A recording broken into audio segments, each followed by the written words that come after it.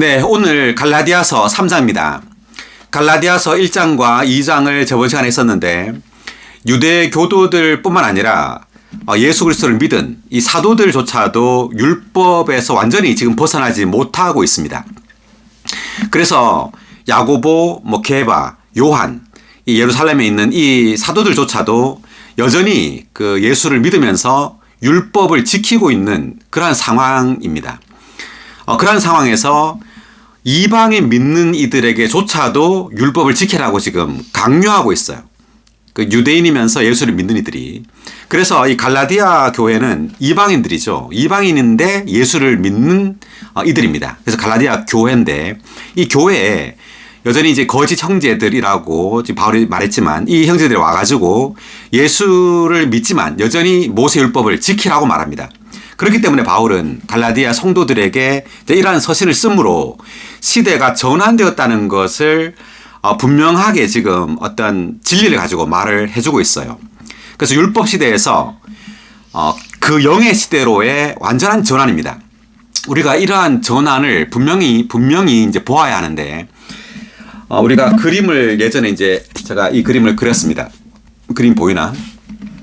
자, 이 그림을 한 번 더 제가 한번 보겠습니다.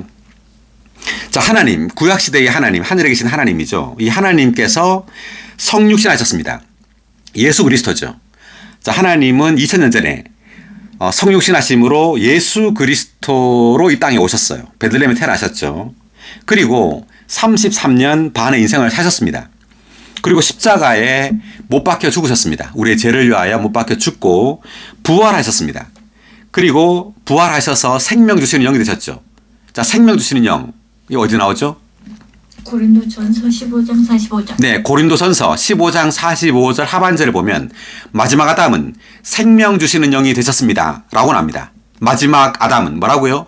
생명 주시는 영이 되셨습니다. 아멘. 네, 마지막 아담 예수 그리스도, 십자가에 못 박히신 이 예수 그리스도는 십자가에서 아담을 끝냈습니다. 옛사람을 끝내므로 이제 부활하여 생명 주시는 영이 되심으로 이제 새 창조, 새 사람을 산출하시는 거죠. 이제 이 생명 주시는 영은 믿는 이들의 영 안으로 들어옵니다. 그래서 우리가 주 예수님을 믿었을 때 이 생명 주시는 영이 우리의 믿는 이들의 영 안으로 들어왔습니다. 아멘. 그래서 갈라디아서 이제 3장에서 이제 그 영이 나오는데 이 그 영이 바로 이 생명 주시는 영입니다. 이제 믿는 이들은 율법을 주의해서는 안 되고 반드시 그 영, 생명 주시는 영을 주목해야 합니다.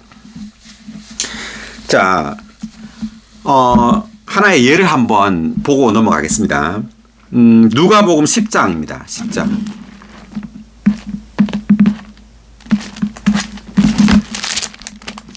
선한 사마리아인의 비유가 나오는데 10장 몇 절이죠? 네, 10장 그 25절을 한번 읽어볼까요? 보아라, 어떤 율법사가 일어나서 예수님을 시험하여 말하였다. 선생님, 내가 무엇을 하여야 영원한 생명을 상속받을 수 있습니까? 네, 율법사가 지금 예수님께 말하고 있죠. 선생님, 내가 무엇을 하여야 영원한 생명을 상속받을 수 있습니까? 라고 말했습니다. 자, 무엇을 하여야? 어떤 행위죠. 율법의 행위. 이 행위로 말미암아 영원한 생명을 상속받을 수 있다고 생각한 겁니다. 그래서 주님은 하나의 예를 듭니다. 자, 29절을 읽어볼까요? 그러나 그는 자기가 의롭다는 것을 보이려고 예수님께 물었다. 그러면 누가 나의 이웃입니까? 그러니까 그 앞구절들을 읽어보면 율법에 무엇이라 기록되었으며 그대는 그것을 어떻게 읽습니까? 라고 말했을 때 하나님을 사랑하고 이웃을 사랑하라 라고 말했습니다. 자, 그랬더니 이 사랑하여야 합니다라고 이 율법사가 말했죠. 그랬더니 주님께서 올바로 말했다고 말을 합니다. 그리고 이 율법사가 묻기를 자기가 의롭다는 걸 보이려고 예수님께 자, 그러면 누가 나의 이웃입니까? 라고 말했습니다. 자, 이웃을 가르쳐주면 내가 사랑하겠다는 거죠. 사랑함으로 영원한 생명을 상속받으려고 하는 거죠. 자, 그럴 때 예수님께서 30절. 예수님께서 그 질문을 받아 말씀하셨다. 어떤 사람이 예루살렘에서 여리고로 내려가다가 강도들을 만났는데 강도들이 그의 옷을 벗기고 때려 반쯤 죽게 된 것을 버려두고 가버렸습니다. 30절에서 예수님은 하나의 이제 비유를 이제 듭니다. 이야기를 하면서. 그래서 어떤 사람이 예루살렘에서 여리고로 내려가다가 이 어떤 사람은 바로 이 율법사를 가리키는 겁니다. 자, 이 율법사를 가리키는 거고 예루살렘에서 여리고로 내려간다. 이 말은 예루살렘은 평안의 기초라는 뜻이고요. 여리고는 저주받은 성이죠. 그래서 평안에서 저주로 내려가고 있다는 뜻이에요. 율법사가. 그러니까 율법을 지키려고 하면 할수록 그러니까 자신의 노력으로 자신의 육체의 힘으로 이웃을 사랑하려고 노력하면 할수록 어디로 내려간다고요? 여리고로 저주로 내려간다는 뜻입니다. 자, 그때 강도들을 만나죠. 그래서 그만 죽게 되었다. 즉 우리가 율법을 지키려고 하면 할수록 우리의 힘으로 이웃을 사랑하려고 하면 할수록 우리는 죽게 된다는 뜻입니다. 자, 그럴 때 31절 읽어볼까요? 마침 한 제사장이 그 길로 내려가다가 그를 보고는 피하여 지나갔으며. 예, 제사장도 그 길로 내려갔죠, 같이. 그러니까 이 제사장도 율법을 지키려는 율법사와 같은 율법을 지키는 사람을 상징합니다. 같은 길로 내려가는 거예요. 그러니까 예루살렘에서 여리고로 내려가는 거죠. 저주로. 그다음. 마찬가지로 레위인도 그곳에 왔다가 그를 보고는 피하여 지나갔습니다. 예, 지나갔죠, 둘 다. 그다음. 그러나 한 사마리아인이 여행을 하다가 그에게 와서 그를 보고 불쌍히 여겨. 예, 한 사마리아인이 등장합니다. 자, 제사장 레위인은 다 율법을 지키는 율법 준행자를 상징하고요. 이때 한 사마리아인은 낮고 천한 신분으로 이 땅에 오신 예수 그리스도를 상징합니다. 자, 여행을 하다가라는 말은 하늘에서 이 땅으로 이제 성육신하에 오신 것을 말하는 것이고 34절. 다가가 그의 상처를 싸매며 기름과 포도주를 부은 다음 자기 짐승에 태워 여관으로 데리고 가서 그를 돌보아 주었으며. 예, 한 사마리아 여인이 한 일은 뭐냐면 그 상처에 기름과 포도주를 부었죠. 자, 이 기름과 포도주 이것은 성령 그리고 생명을 상징합니다. 자, 그리고 자기 짐승에 태워서 여관으로 데려갔다. 이때 여관은 교회를 상징하죠. 네, 그래서 이 율법을 준행하는 이 율법사에게 필요한 것은 이웃을 아는 것이 필요한 것이 아니라, 즉 이웃을 사랑하려는 그 노력이 필요한 것이 아니라 뭐가 필요하단 말이죠? 주 예수 그리스도의 성령과 생명이 필요하다는 말입니다. 기름과 포도주로 상징된. 자, 그래서 지금 갈라디아서도 마찬가지예요. 그 영을 받기 위해서 율법의 행위가 필요한 것이 아니라 다만 듣고 믿음을 듣는 이 믿음이 필요하다는 말입니다. 기름과 포도주를 부은 것처럼 우리는 이제 다만 율법의 행위, 어떤 선한 일을 함으로 생명을 얻는 것이 아니라 다만 믿음으로 주 예수 그리스도를 다만 누림으로 그 영, 생명을 얻어야 된단 말이죠. 아멘. 할렐루야. 아멘. 네, 자 다시 돌아와서 자 3장 1절부터 이제 읽어가면서 이야기해 보겠습니다. 오 어리석은 갈라디아 사람 여러분, 예수 그리스도께서 십자가에 못 박히신 것이 여러분의 눈앞에 생생한데 누가 여러분을 미혹하였습니까? 자, 한 번 더 읽어볼까요? 어리석은 갈라디아 사람 여러분, 예수 그리스도께서 십자가에 못 박히신 것이 여러분의 눈앞에 생생한데 누가 여러분을 미혹시켰습니까? 자, 갈라디아 사람, 예수 그리스도를 믿은 교회, 믿는 이들에게 보낸 서신이에요. 이미 예수 그리스도를 믿었습니다. 자, 이들을 보고 바울이 어리석은 갈라디아 사람 여러분이라고 어떤 강하게 책망하는 그런 말을 하고 있죠. 어리석다는 거죠. 그러면서 하는 말이 예수 그리스도께서 십자가에 못 박히신 것이라고 말했는데, 자, 바울이 예수 그리스도의 십자가에 못 박힘을 여기서 언급한 것은 우리의 죄를 위한 죽음을 가리키는 것이 아니에요. 여기서는 구속을 가리키는 죽음이 아니라 우리의 육체를 십자가에 못 박은 죽음을 가리키는 겁니다. 자, 주님 십자가에 못 박히실 때 우리의 죄를 위하여 피 흘려 죽으셨죠. 자, 이것은 구속을 성취했습니다. 그러나 여기에서 바울이 말하는 이 십자가는 우리의 육체를 십자가에 못 박은 것을 말합니다. 아멘. 자, 이 육체를 왜 못 박았느냐? 이 육체는 죄로 가득할 뿐 아니라 죄 자체가 되었습니다. 이제 사탄은 사람의 몸 안으로 들어왔죠. 그래서 이 사람을 죄로 가득한 육체가 되게 했습니다. 그래서 이 십자가에 못 박히신 예수 그리스도가 여러분의 눈앞에 생생한데 누가 여러분을 미혹하였습니까? 라는 말은 왜 예수 그리스도께서 못 박은 이 육체를 가지고 다시 율법을 지키려고 하느냐라는 말입니다. 이 어리석은 갈라디아 사람 여러분, 이 말이에요. 예수 그리스도께서 십자가에 못 박은 이 육체, 아무 쓸모없는 죄로 가득한 이 육체로 왜 여러분은 율법을 또 어리석게도 지키려고 하느냐라는 의미입니다. 아멘. 자, 2절. 여러분에게 이 한 가지만 묻고 싶습니다. 여러분이 그 영을 받은 것은 율법의 행위로 말미암은 것입니까? 그렇지 않으면 믿음을 들음으로 말미암은 것입니까? 다시 한번. 여러분에게 이 한 가지만 묻고 싶습니다. 여러분이 그 영을 받은 것은 율법의 행위로 말미암은 것입니까? 그렇지 않으면 믿음을 들음으로 말미암은 것입니까?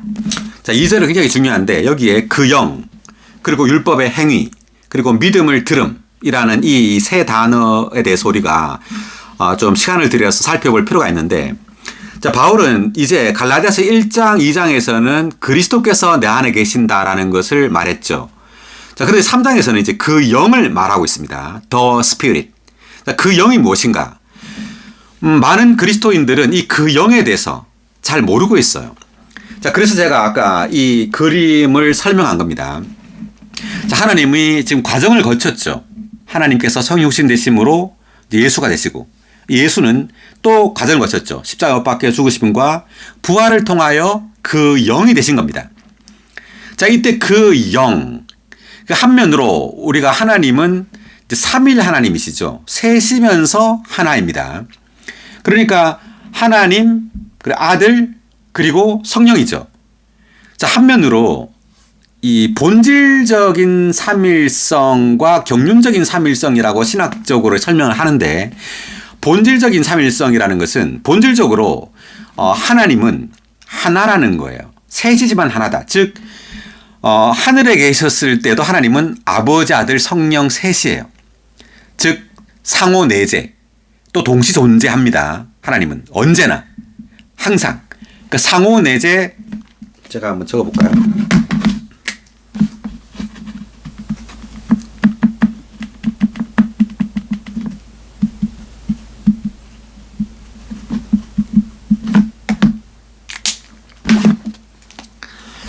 자, 이 동시 존재, 상호 내재라고 제가 적었습니다.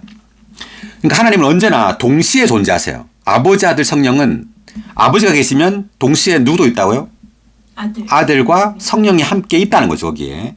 그리고 상호 내재란 말은 아버지가 아들 안에 있고, 또 아들이 성령 안에 있고, 성령이 아들 안에 있고, 또 성령이 아버지 안에 있고, 이렇게 서로 안에 거하고 있다는 뜻입니다.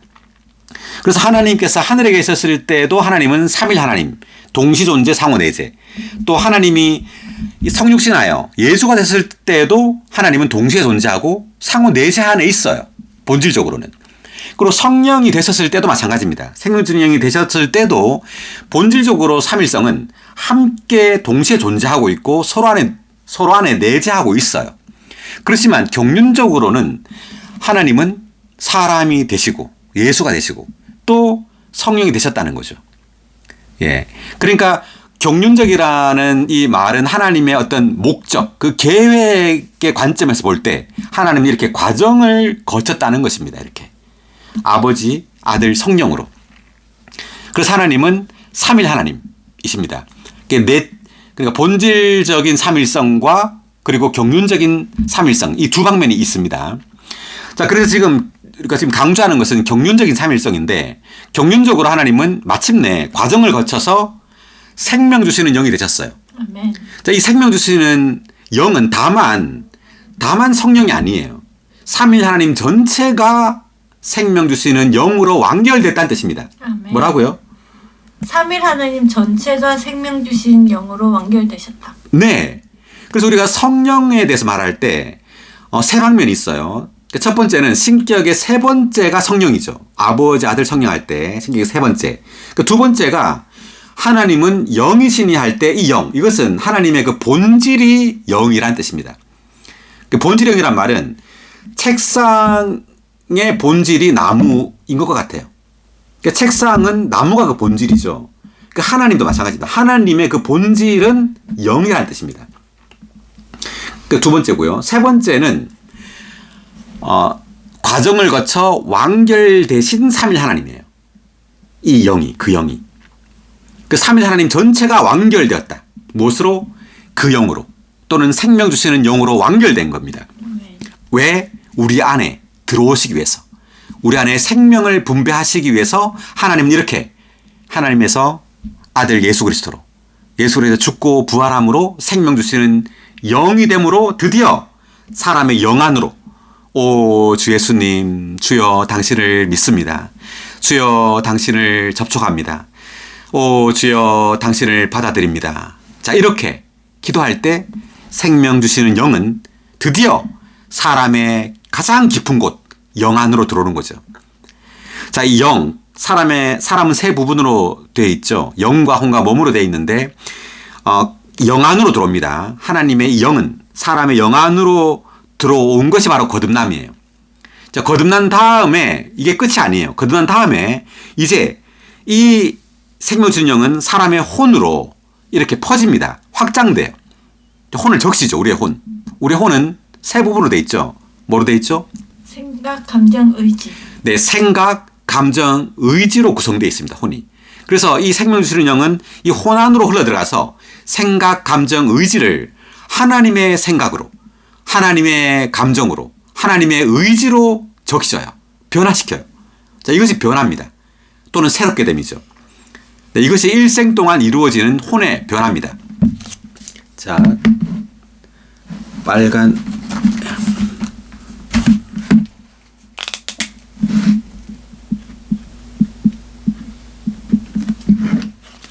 자, 그래서 제가 빨간 걸로 표시했는데 이렇게 영에서 혼으로 이렇게 화살표가 되어 있죠. 여기서 혼의 변화입니다. 생명 주시는 영으로 우리의 혼을 적시는 겁니다. 변화시키는 거예요. 새롭게 하는 겁니다. 그리고 마침내 주님께서 오시면 우리의 몸, 우리의 이 낮은 몸, 이 썩을 몸을 주님의 영광의 몸으로 변형시킵니다. 빌립보서 3장 21절에 보면 우리의 낮은 몸을 그분의 영광의 몸으로 변화시킨단 말이 있죠.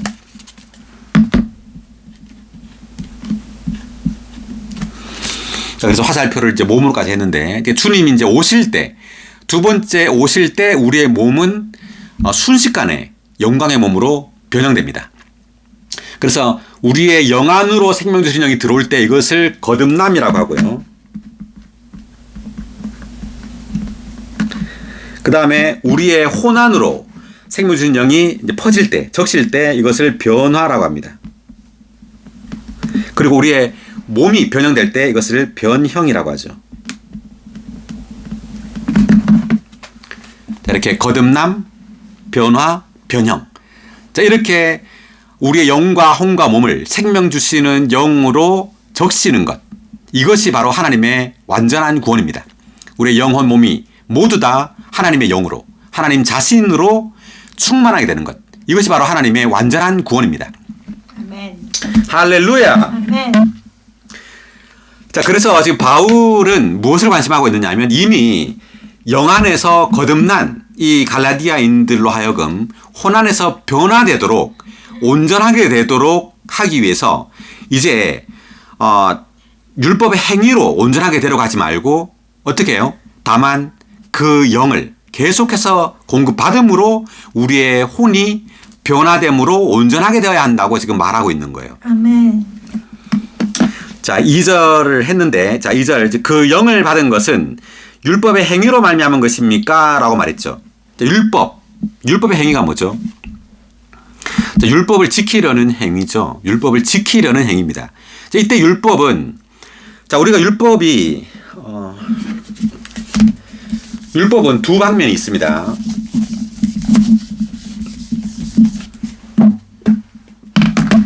자, 율법의 두 방면을 제가 한번 적어 보겠습니다. 자, 첫 번째 방면은 도덕적인 율법입니다. 그 다음 두 번째 방면은 뭘까요? 형식적인. 네, 의식적인 율법. 자, 율법의 두 방면. 그러니까 주로 10계명은 도덕적인 율법이에요. 네 번째 계명인 안식을 지키는 것 외에는 다 도덕적인 율법입니다. 10계명은. 그리고 이제 의식적인 율법은 뭐 안식을 지키는 것. 그리고 또 그 구약에 보면은 성전 있죠. 성전에서 제사장이 어떤 제사를 지내는 것. 그리고 또 절기를 지키는 것. 자, 이런 것들. 뭐 양을 잡고 뭐 소를 잡고 막 이런 것들 있잖아요. 자, 이런 것들이 바로 의식적인 율법이에요. 자, 그러면 여기에서 율법의 행위는 어떤 걸 지키는 걸 말하느냐 하면 둘 다 합니다. 그 율법의 행위, 즉 도덕적인 율법도 우리의 육체의 노력으로 지키려고 해서는 안 되고, 그리고 의식적인 율법은 이미 끝났죠. 예수 그리스도가 바로 그 실제입니다. 도덕적인 율법도 마찬가지예요. 자, 그러니까 구약에서 모세가 시내산에서 받은 것이 십계명입니다. 그리고 성막의 식양이죠. 이 두 가지를 받았는데, 이 십계명은 바로 하나님의 그 속성을 말하고 있어요. 하나님의 표현입니다. 그 창세기에서는 예를 들어서 뭐 생명나무가 하나님을 상징하죠. 생명이신 하나님을 상징합니다. 그리고 많은 어떤 것들이 하나님을 상징합니다. 그런데 그 출애굽기에서는 하나님을 직접적으로 율법으로 계시하고 있어요. 하나님은 사랑이시라는 것. 십계명을 보면. 그리고 하나님은 거룩하죠. 그리고 하나님은 의이십니다. 의롭고, 그리고 하나님은 빛이세요. 이렇게 직접적으로 이러한 글로서, 법으로서 하나님을 계시하는 것이 십계명입니다. 그래서 이 십계명을 증거판이라고 하죠. 하나님을 증거한다고 해서. 그래서 십계명을 넣은 언약궤도 증거궤라고 말하고, 그리고 성막도 증거막이라고 말합니다. 구약에서. 자, 그래서 이것은 전부 다 하나님의 표현이에요. 하나님을 증거하고 표현하는 거예요. 모두 다. 자, 그렇다면 신약에서 하나님의 증거는 뭘까요? 예수 그리스도입니다. 예수 그리스도 그분 자신이 하나님의 증거예요. 하나님 그분 자신의 표현이죠. 그래서 신약에서는 예수 그리스도를 말씀이라고 계시합니다. 요한복음 보면 태초에 말씀께서 계셨다라고 말하죠. 그래서 이 말씀은 바로 하나님의 말씀인데, 예수 그리스도를 말씀으로 이야기하는 것은 바로 예수 그리스도가 하나님의 증거요, 하나님의 표현이기 때문에 그래요. 그러므로 십계명의 그 실제는 바로 예수 그리스도라는 그 인격입니다. 뭐라고요? 십계명의 실제는 예수 그리스도, 예수 그리스도라는 그 인격이 바로 그 십계명의 그 문자의 실제예요. 아멘. 그래서 실제가 오셨죠. 그 실제가 오셔서 과정을 거쳐서 생명 주시는 영, 그 영이 되셨습니다. 아멘. 자, 이제는 구약의 그 문자로 된 그 율법을 우리 행위로 지키는 것이 아니라 그 영이 되신 최종 완성된 그 영을 다만 믿음으로 받으라는 거죠. 아멘. 바울이 말하고 싶은 것은 바로 이겁니다. 구약의 그 문자로 된 그 율법의 그 실제가 왔다는 거죠. 그 실제가 과정을 거쳐서 이제 그 영으로 우리에게 왔다는 거예요. 그러면 다만 그 영을 우리는 받아들이면 된다는 겁니다. 믿음으로. 자, 그 영을 받은 것은 율법의 행위로 말미암은 것입니까? 그렇지 않으면 믿음을 들음으로 말미암은 것입니까? 자, 믿음을 듣다. hearing of faith, 영어로는 이런데, 자, 믿음을 듣다. 좀 이상하죠? 말씀을 듣는다 이렇게 하면 되는데 왜 믿음을 듣는다고 말했을까? 그러니까 말씀이 곧 믿음이에요. 그 믿음의 말씀이라는 말이 성경에 나오는데 어딘지 아세요? 믿음의 말씀. 로마서 10장입니다. 우리가 그때 로마서 10장을 했었는데, 자, 로마 10장 6절부터 8절까지 한번 읽어볼까요? 그러나 믿음에서 난 의인은 이렇게 말합니다. 그대는 마음속으로 누가 하늘에 올라갈 것인가 라고 하지 마십시오. 이것은 그리스도를 모셔내리겠다는 뜻입니다. 네. 자, 믿음에서 난 의. 그러니까 예수 그리스도를 믿음으로 우리는 의를 얻게 된단 말입니다. 그것을 이제 설명하는 거예요, 바울이. 너는 마음속으로 누가 하늘에 올라가겠느냐 하지 말라는 거죠. 이 말은 그리스도를 모셔내리겠다는 뜻입니다. 이 말은 하늘에 계신 이 그리스도를 모셔 내려오려고 할 필요가 없다. 왜? 이미 하늘에 계신 그리스도는 이 땅에 성육신되어 오셨다는 말입니다. 그 다음 7절. 혹은 이렇게 말합니다. 누가 무적행으로 내려갈 것인가 라고 하지도 마십시오. 이것은 그리스도를 죽은 사람들 가운데서 모셔 올리겠다는 뜻입니다. 자, 누가 무적행으로 내려가겠느냐. 이 말은 그리스도께서 이 땅에 성육신되어 오셔서 죽고 음부, 즉 무적행으로 내려갔다는 뜻이에요. 자, 내려간 그리스도를 누가 끌어올리겠느냐? 하지 말라는 말이죠. 왜? 이미 그리스도는 죽고 무저갱으로 갔다가 부활했단 말이에요.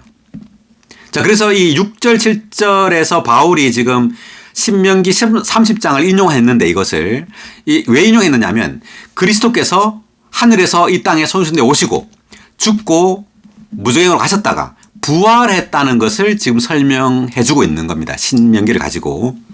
그 다음 8절. 그러면 이 의가 말하려는 것은 무엇입니까? 그 말씀이 그대에게 가까이 곧 그대의 입에 있으며 또 그대의 마음에 있습니다. 라고 하였습니다. 이것은 곧 우리가 선포하는 믿음의 말씀입니다. 말씀이 너에게 가까이 곧 너의 입에 있으며도 너의 마음에 있다. 자, 이것도 신명기 30장 14절의 말씀인데 신명기에는 뭐냐면 신명기 30장 14절을 볼까요? 신명기 30장.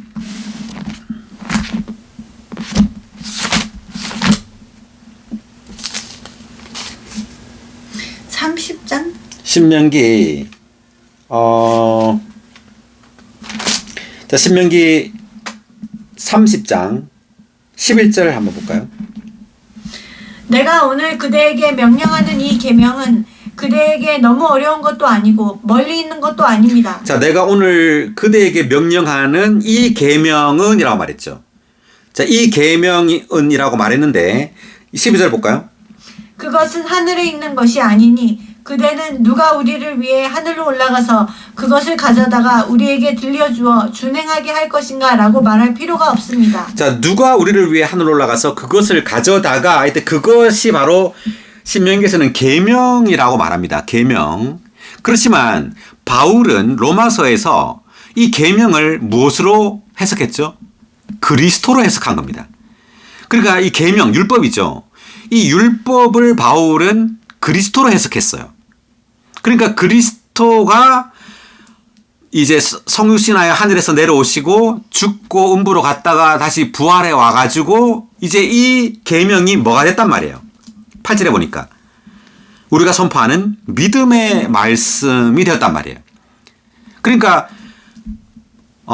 다른 말로 하면 구약의 문자로 된 죽은 문자가 죽고 부활하여 이런 과정을 거쳐서 살아있는 믿음의 말씀이 되었다는 뜻입니다. 아멘. 이제 구약에 있는 그 죽은 문자는 죽고 부활해서 어떻게 됐단 말이에요? 살아있는 믿음이 되었단 말입니다. 아멘. 믿음으로 우리에게 온 것이에요. 그러니까 그리스도는 살아있는 말씀으로 과정을 거쳐 우리에게 도달하게 된 겁니다. 아멘. 그래서 바울은 8절에서 말씀이 너에게 가까이, 이때 말씀은 바로 그리스도죠. 구약에는 그 계명이었지만 이제 신약에서 바울은 이 말씀을 그리스도로 지금 해석한 겁니다. 말씀이 있은 그리스도가 너에게 가까이 곧 너의 입에 있으며 또 너의 마음에 있다 이렇게 말했습니다. 그러니까 이제 그리스도는 이런 과정을 거쳐서 이제 믿는 이들의 입에 있고 마음에 있어요. 이제 우리의 행위로 우리가 의를 얻게 되는 것이 아니라 다만 우리의 입을 벌려서 우리의 마음을 열어서 다만 주님의 이름을 부르면 구원을 얻는다는 겁니다. 아멘. 할렐루야. 아멘. 이제 그리스도는 믿음의 말씀이 되신 겁니다. 아멘. 과정을 거쳐 주님은 믿음이 되셨어요. 그래서 갈라디아서 좀 이따 보겠지만 믿음이 오기 전에는 믿음이 온 후로는 이라는 말을 바울이 하고 있습니다. 이 믿음은 바로 과정을 거쳐 우리에게 오신 우리에게 생명 주시는 영으로 오신 바로 그리스도를 뜻하는 겁니다. 아멘. 할렐루야. 아멘. 자, 그래서 계속 로마 10장 보세요. 10장 10절을 읽어볼까요?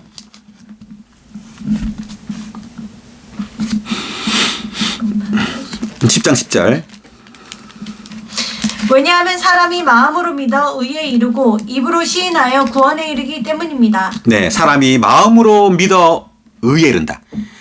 우리가 율법의 행위를 함으로 의에 이르는 것이 아니라 마음으로 믿음으로 의에 이른다는 거죠.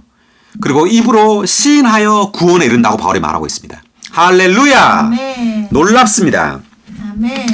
네, 여기까지 보고요. 다시 갈라디아서 3장 지금 2절 했는데, 자, 그래서 2절에 보면 믿음을 들음으로 말미암은 것입니다. 이 믿음은 곧 말씀이고 이 말씀은 곧 누구라고요?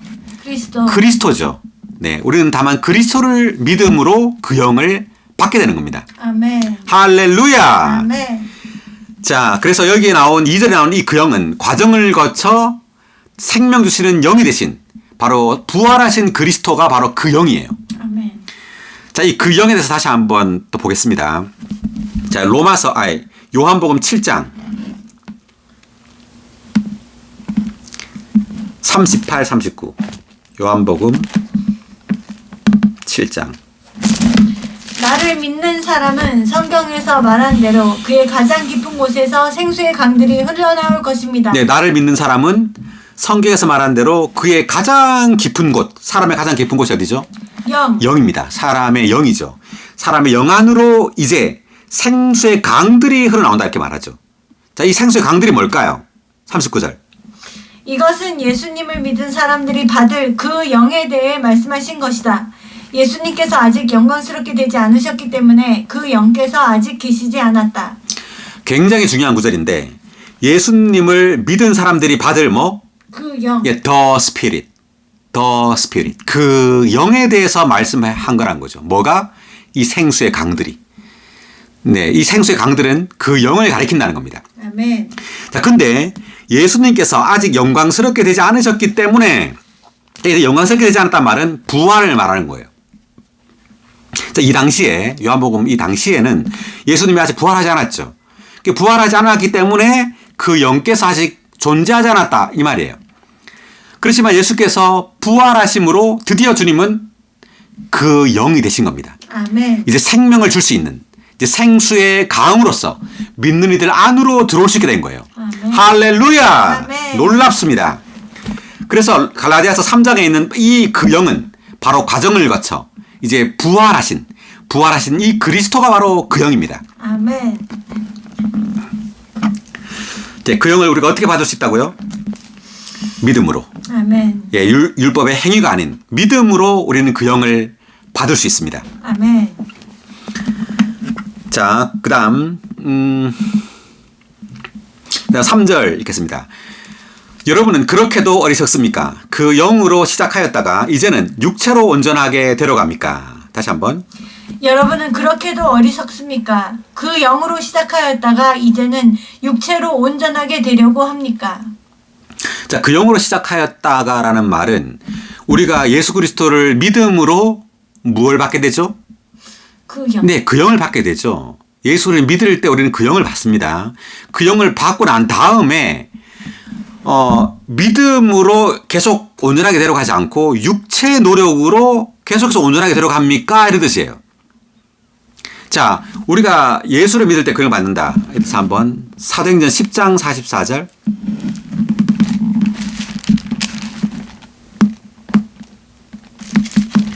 베드로가 이 말을 하고 있을 때 성령께서 말씀을 듣고 있는 모든 사람에게 내려오셨다. 네, 베드로가 이 말을 하고 복음을 전했죠. 하고 있을 때 성령께서 말씀을 듣고 있는 모든 사람에게 내려오셨다. 자, 45절 읽어볼까요? 그러자 베드로와 동행했던 할례받은 믿는 이들이 이방인들에게도 성령을 선물로 부어주신 것을 보고 놀랐다. 네, 이방인들에게도 성령을 선물로 부어주셨다 이렇게 말하죠. 예수를 믿을 때 성령을 선물로 부어주는 겁니다. 그다음 한 구절 더 보면 11장 14, 15. 그가 그대와 그대의 온 집이 구원받을 말씀을 그대에게 말해줄 것입니다 라고 하였다는 것입니다.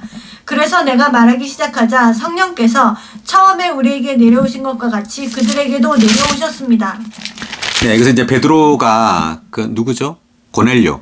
이제 고넬료 그 집안 그 친구들한테 복음을 전했을 때 성령께서 처음에 우리에게 내려오신 것 같이 그들에게도 내려오셨습니다라고 말했습니다. 그 다음에 또 한 구절 사도행전 19장 2절. 바울이 그들에게 여러분이 믿을 때에 성령을 받았습니까? 라고 하니 그들이 아닙니다. 우리는 성령이 있다는 말조차 듣지 못하였습니다. 라고 하였다. 그러니까 지금 그 에베소에 이제 왔는데 아볼로가 에베소에서 복음을 전했습니다. 복음을 전했는데 이제 아볼로가 고린도로 갔고 이제 바울이 에베소에 와서 에베소에 믿는 이들에게 이렇게 물었습니다. 여러분이 믿을 때 성령을 받았습니까? 라고 물었죠. 네. 그러니까 이것은 이제 가장 중요한 질문을 한 거예요. 예수 그리스도를 믿으면 뭘 받는다고요? 성령. 성령을 받는 거예요. 자, 우리가 믿는 것은 그리스도지만 받는 것은 뭐란 말입니까? 성령. 성령이에요. 예수를 믿었는데 왜 성령을 받을까요? 이것은 성령이 곧 예수 그리스도라는 뜻이에요. 예수 그리스도가 곧 성령이에요. 그러니까 우리 예수 그리스도를 믿을 때 이제 예수 그리스도는 이제 부활하신 예수 그리스도가 바로 성령입니다. 예수 그리스도가 믿는 이들 안으로 들어오는 거죠. 자, 그런데 에베소에 믿는 이들이 하는 말이 뭐라고 하냐면 아닙니다. 우리는 성령이 있다는 말조차 듣지 못하였습니다. 라고 말했죠. 그러니까 아볼로는 성령에 대해서 잘 몰랐다라는 말이죠. 자, 오늘 많은 믿는 이들도 마찬가지입니다. 성령에 대해서 잘 모르죠. 다만 어떤 능력인 줄 압니다. 어떤 귀신을 쫓아내고 뭐 병을 고치고 이런 능력이 성령이라고 알지 이 성령이 바로 삼위 하나님 자신이라는 걸 몰라요. 과정을 거쳐 완결되신 바로 삼위 하나님 자신이 바로 성령, 그 영입니다. 아멘. 그래서 특별히 갈라디아서 지금 3장에서 말하는 이 그 영은 과정을 거쳐 완결되신 삼위 하나님이에요. 자, 3.1번 각주를 읽고 넘어갈까요? 그 영에 대한 각주. 그 영은 바로 부활하신 그리스도이시며 생명에 속한 분이시다. 네, 그 영은 바로 부활하신 그리스도이시며 라고 말하죠. 생명에 속한 분이시다. 계속. 육체는 우리 타락한 사람이며 죄와 죽음에 속한 것이다. 우리는 그 영으로 시작하여 육체로 온전하게 되려고 해서는 안 된다. 그 영으로 시작했기 때문에 그 영으로 온전하게 되어야 하고 육체와 아무 관계도 없어야 한다. 네, 그러니까 육체에 대해서 설명했는데 여기서 자, 육체는 타락한 사람 전체를 가리킵니다. 지금 여기 갈라디아서에서는 다만 우리의 몸을 가리키는 것이 아니에요. 몸뿐만 아니라 영과 혼과 몸 전체, 타락한 사람 전체를 가리키는 단어로 바울은 육체를 썼습니다. 그 어디죠? 창세기 6장에 보면 사람이 육체가 되었단 말을 하죠. 그래서 이 육체는 바로 영혼, 몸, 사람 전체를 가리키는 단어예요. 그래서 여기 나오네요. 그 밑에 보면 육체는 세 부분으로 된 타락한 사람이 극도로 표현된 것이고 나오나요? 찾았나요? 그 각주에? 그 밑에 좀 한 10줄 정도 밑에 보면 육체는 세 부분으로 된 자, 제가 읽겠습니다. 육체는 세 부분으로 된 타락한 사람이 극도로 표현된 것이고 그 영은 과정을 거치신 삼위 하나님께서 최종적으로 실제가 되신 분이시다. 육체는 율법을 지키려는 경향이 있고 또 율법으로 시험을 받는다. 그러나 우리는 그 영을 우리의 믿음으로 받아들이고 누린다. 삼위 하나님의 경륜은 우리를 육체에서 구출하여 그 영으로 이끌고 삼위 하나님의 풍성한 복에 참여하게 하는 것이다. 라고 이제 각주에 나오는데 자, 3절에 다시 보니까 그 영으로 시작하였다가 이제는 육체로 온전하게 되려갑니까? 라고 바울이 말했죠. 자, 이것은 온전하게 될 필요가 있단 말이에요. 거듭난 사람, 그 영을 받았죠. 예수를 믿음으로. 그 영을 받은 사람은 여기서 끝나는 것이 아니에요. 주님 오실 때까지 그냥 가만히 기다리고 있는 것이 아니라 여전히 우리의 혼이 온전하게 될 필요가 있다는 걸 말하고 있는 거죠, 바울은. 자, 갈라디아의 이 사람들은 믿는 이들입니다. 불신자들이 아니에요. 이미 예수 그리스도를 믿은 이들입니다. 믿은 성도들이죠. 자, 이 성도들이 그 영으로 시작했어요. 예수를 믿음으로. 자, 그 영을 받았습니다. 그래서 거듭났죠. 자, 거듭난 이들이 이제 육체의 노력으로 온전하게 되려갑니까? 라는 뜻이에요. 그렇게 해서는 안 된단 말이죠. 그래서 우리가 이제 교회 생활을 하면서 우리의 바깥의 어떤 행위나 열심, 뭐 많은 봉사를 한다고 우리가 변화되는 게 아니에요. 우리의 이 변화, 온전하게 되면 그 영에게 달려 있습니다. 오직 그 영만이 우리의 혼을 변화시킬 수 있어요. 그래서 우리는 바울이 왜 이토록 이 갈라디아 이 사람들에게 율법에 대해서 이렇게 자세히 말을 하느냐 하면은 예수를 믿고 여전히 육체의 어떤 노력으로 선하게 되려가고 또 영적이 되려고 하기 때문에 그렇습니다. 우리가 아무리 선한 일을 많이 한다고 해서 또 아무리 영적인 일을 한다고 해서 온전하게 되는 게 아니란 말이죠. 오직 그 영만이 우리를 변화시킬 수 있어요. 아멘. 우리를 온전하게 할 수 있습니다. 우리를 새롭게 할 수 있어요. 예, 그렇지 않고 다만 외적인 일에 그것이 뭐 도덕적인 어떤 선함 행위든 아니면 영적인 행위든 간에 외적인 행위는 사람을 온전하게 할 수 없다는 걸 알아야 합니다. 아멘. 자, 그래서 육체를 온전하게 되려고 합니까? 라고 말했습니다. 그래서 우리가 그 영을 받음으로 거듭났고 거듭난 후에도 우리 계속 그 영을 받아야 되는데 예를 들어서 출애굽기에 보면 이스라엘 백성들이 그 이집트를 나왔죠. 출애굽을 했습니다. 애굽을 탈출해서 이제 광야로 왔는데 광야 40년 동안 이스라엘 백성들이 뭘 하죠? 만나를 먹어요. 만나를 먹습니다. 이스라엘 백성들의 주된 일은 만나를 먹는 거였어요. 만나를 먹는 것이 그들의 일이었습니다. 그래서 우리도 마찬가지인데 그리스도인들의 일은요. 다만 만나이신 그리스도를 매일매일 먹는 거야 합니다. 아멘. 매일매일 그 영으로 적셔져야 합니다. 아멘. 40년 동안 이스라엘 백성들이 광야에서 만나를 먹은 것처럼 이 만나는 생명의 떡이신 그리스도를 상징하죠. 요한복음 6장에서. 그래서 우리는 하늘에 속한 떡이신 하늘에서 온 떡이신 생명의 떡이신 그리스도를 매일매일 먹어야 돼요. 그럴 때 우리는 온전하게 되는 겁니다. 할렐루야. 아멘. 자, 그 다음 4절. 여러분은 그렇게 많은 고난을 헛되이 받았습니까? 과연 그것이 헛된 것이었습니까? 그분께서 여러분에게 그 영을 넘치게 공급하시고 여러분 가운데서 능력의 일을 행하시는 것은 율법의 행위로 말미암은 것입니까? 그렇지 않으면 믿음을 들음으로 말미암은 것입니까? 자, 5절 다시 한번. 그분께서 여러분에게 그 영을 넘치게 공급하시고 여러분 가운데서 능력의 일을 행하시는 것은 율법의 행위로 말미암은 것입니까? 그렇지 않으면 믿음을 들음으로 말미암은 것입니까? 5절에 보면 그 영을 넘치게 공급하시고 여러분 가운데서 능력의 일을 행하시는 것이라고 했는데 이제 하나님은 거듭난 믿는 이들에게 뭘 하신다고요? 그 영을 넘치게 공급하신다는 겁니다.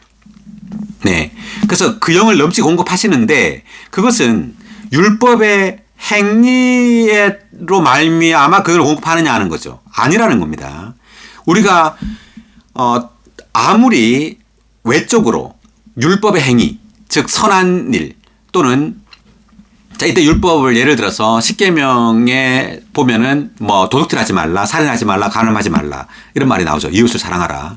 자, 이런 것들을 우리의 육체 노력으로 해야 될까요? 하지 말아야 될까요? 하지 말아요. 하지 말아야 됩니다.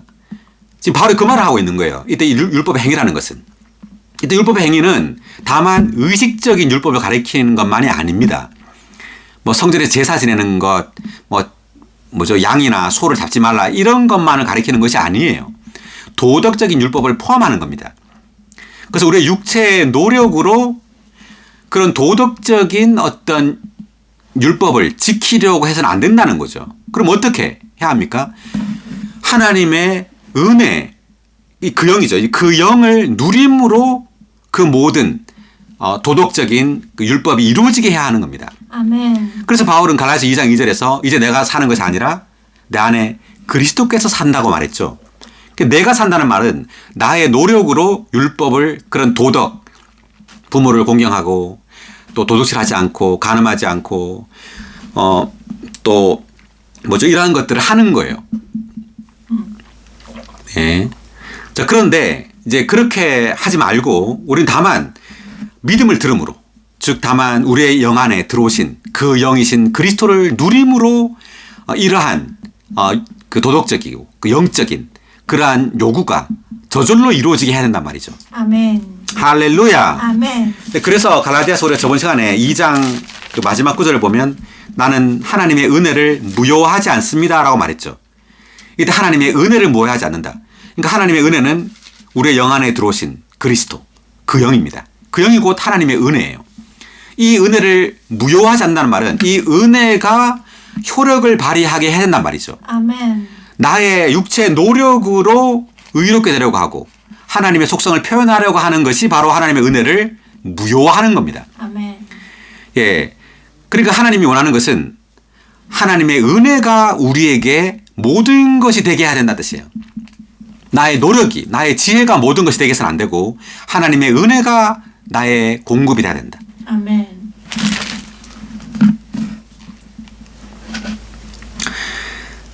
자, 그래서 지금 5절 그 영을 넘치게 공급하고 있다는 거죠. 그래서 우리가 과거에 주를 믿음으로 그 영으로 거듭났고 이제는 계속해서 주님은 그 영을 공급하고 있죠. 그래서 지금 5절에 있는 그 영을 공급하시고 이것은 현재형인데 지금 어디죠? 2절에 있는 3장 2절에 있는 그 영을 받은 것은 할 때 이 받은 것은 과거형입니다. 그러니까 과거에 우리는 그 영을 받았고 그래서 거듭났죠. 이제 현재 우리는 그 영을 넘치게 공급받고 있어요. 아멘. 매일매일 어떻게 해요? 매일매일 말씀을 기도로 읽고 우리 영 안에서 말씀을 기도로 읽고 또 성도들과 교통하고 찬송함으로 우리는 계속해서 매일매일 그 영을 넘치게 공급받고 있습니다. 아멘. 할렐루야. 아멘. 자, 한번 우리가 각주를 읽어보고 넘어가겠습니다. 5의 1번 각주. 그 영을 넘치게 공급하시고. 그 영은 모든 것을 포함하신 복합된 영으로서 출애굽기 30장 23절부터 25절까지 해서 복합된 관유로 예표되었다. 이분은 요한복음 7장 39절에 잠깐만요. 출애굽기 30장 23절부터 25절은 굉장히 중요한데 여기에 복합된 관유가 나옵니다. 이 관유를 그 성전과 또 제사장 그리고 그 성전에 든 기구에 다 뿌리죠. 다 바릅니다. 그럼 이 관유가 뭐냐 하면 바로 이 그 영이에요. 그 영을 상징하는 겁니다. 이 관유가 어떻게 만들어졌느냐 하면 올리브 기름 한 인에다가 4종류의 그 향료를 더하죠. 그게 뭐죠? 몰약, 육계, 창포, 계피. 이 4종류의 향료를 더합니다. 그래서 올리브 기름 한 인은 바로 한 분, 하나님의 영을 가리키고요. 이 기름은. 그리고 4종류의 향료는 이 사는 사람을 가리킵니다. 그러니까 그리스도의 죽음과 부활, 그리스도의 인성, 그러니까 인성 안에 있는 그리스도의 죽음과 그 부활의 그 능력, 그 효능을 가리키는 거예요. 그러니까 한 올리브 기름 한 인은 신성이라면 4종류의 이 그 향료들은 인성을 가리킵니다. 신성과 인성에 이 복합돼 있죠. 그러니까 예수 그리스도는 하나님과 사람이 복합된 분이라는 겁니다. 아멘. 그래서 이때의 그 영은 이 복합된 영으로 이렇게 출애굽기 30장에 계시되어 있습니다. 복합된 관유로. 자, 계속 이분은부터. 이분은 요한복음 7장 39절에 언급된 그 영이시며 부활 안에서 생명을 분배하시는 그리스도이시다. 하나님의 신약 경륜 안에 있는 믿는 이들에게 이 영은 넘치는 공급이시다. 이 영의 공급은 율법의 행위로 말미암아 받는 것이 아니라 전적으로 십자가에 못 박히시고 영광스럽게 되신 그리스도를 믿음으로 받는 것이다. 아멘. 할렐루야. 네. 자, 그 다음에 5의 2번 각주들 보게 넘치게 공급하시고에 대한 각주. 헬라어로는 충만하게 공급하시고 넘치게 공급하시고 후하게 공급하시고를 의미한다.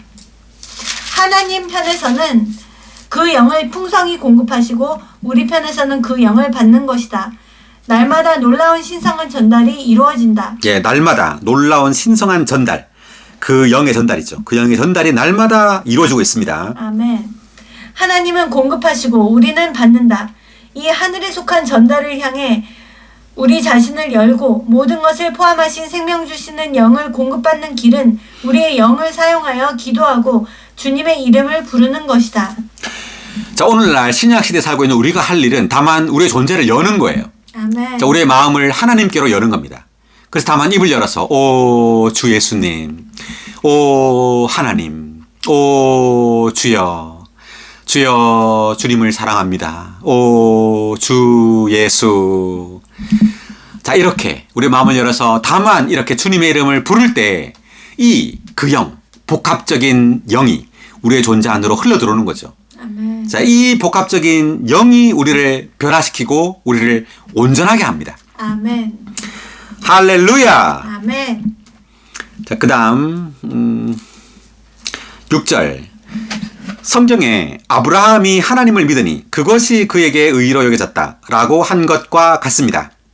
자, 아브라함이 하나님을 믿으니 그것이 그에게 의로 여겨졌다. 놀랍습니다. 그러니까 지금 바울은 출애굽기에 있는 모세를 예로 사용한 것이 아니라 창세기에 있는 아브라함을 예로 사용했습니다.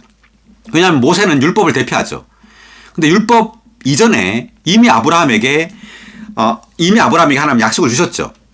그러니까 아브라함을 통해서 지금 바울은 믿음을 강조하는 겁니다. 아브라함이 하나님을 믿으니라고 되어 있습니다.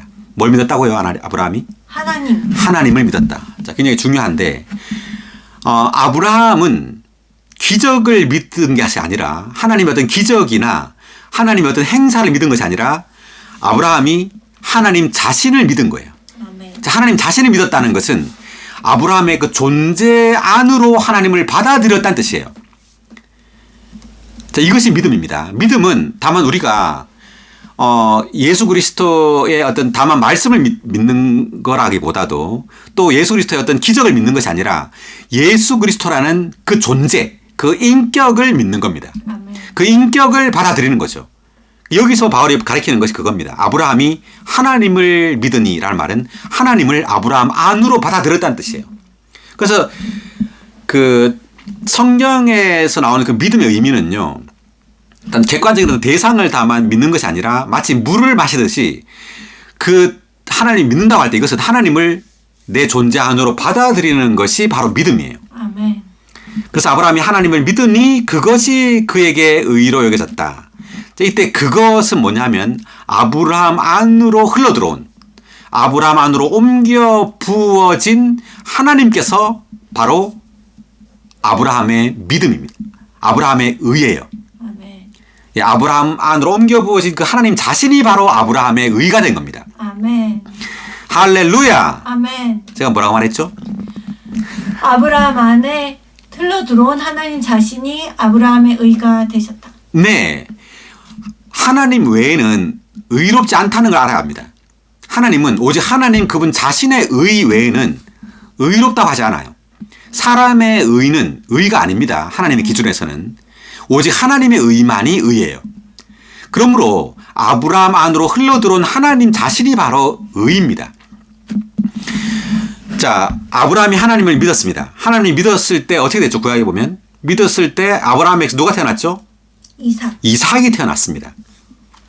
자, 이삭은 누구를 상징합니까? 그리스도를 예표하죠. 그래서 아브라함이 하나님을 믿었을 때 아브라함 안으로 흘러들어온 이 하나님이 이삭으로 출생했다고 말할 수 있어요. 그래서 이삭은 그리스도의 예표죠. 그래서 아브라함의 천연적인 힘에 의해서 이삭을 산출한 게 아니죠. 하나님의 은혜에 의해서 이삭을 산출했습니다. 아멘. 그것을 이제 갈라디아 4장에서 이제 설명을 바울이 하고 있는데 그 말은 아브라함의 천연적인 힘, 천연적인 지혜, 사람의 힘은 그리스도를 산출할 수 없다는 거예요. 사람의 힘과 능력은 이삭을 산출할 수 없어요. 의를 산출할 수 없습니다. 오직 하나님의 은혜만이, 하나님의 능력만이 그리스도를 산출할 수 있어요. 아멘. 오직 하나님의 은혜만이 하나님의 의를 산출할 수 있습니다. 아멘. 할렐루야. 아멘. 자, 6의 1번 각주 읽어볼까요? 아브라함이 하나님을 믿으니.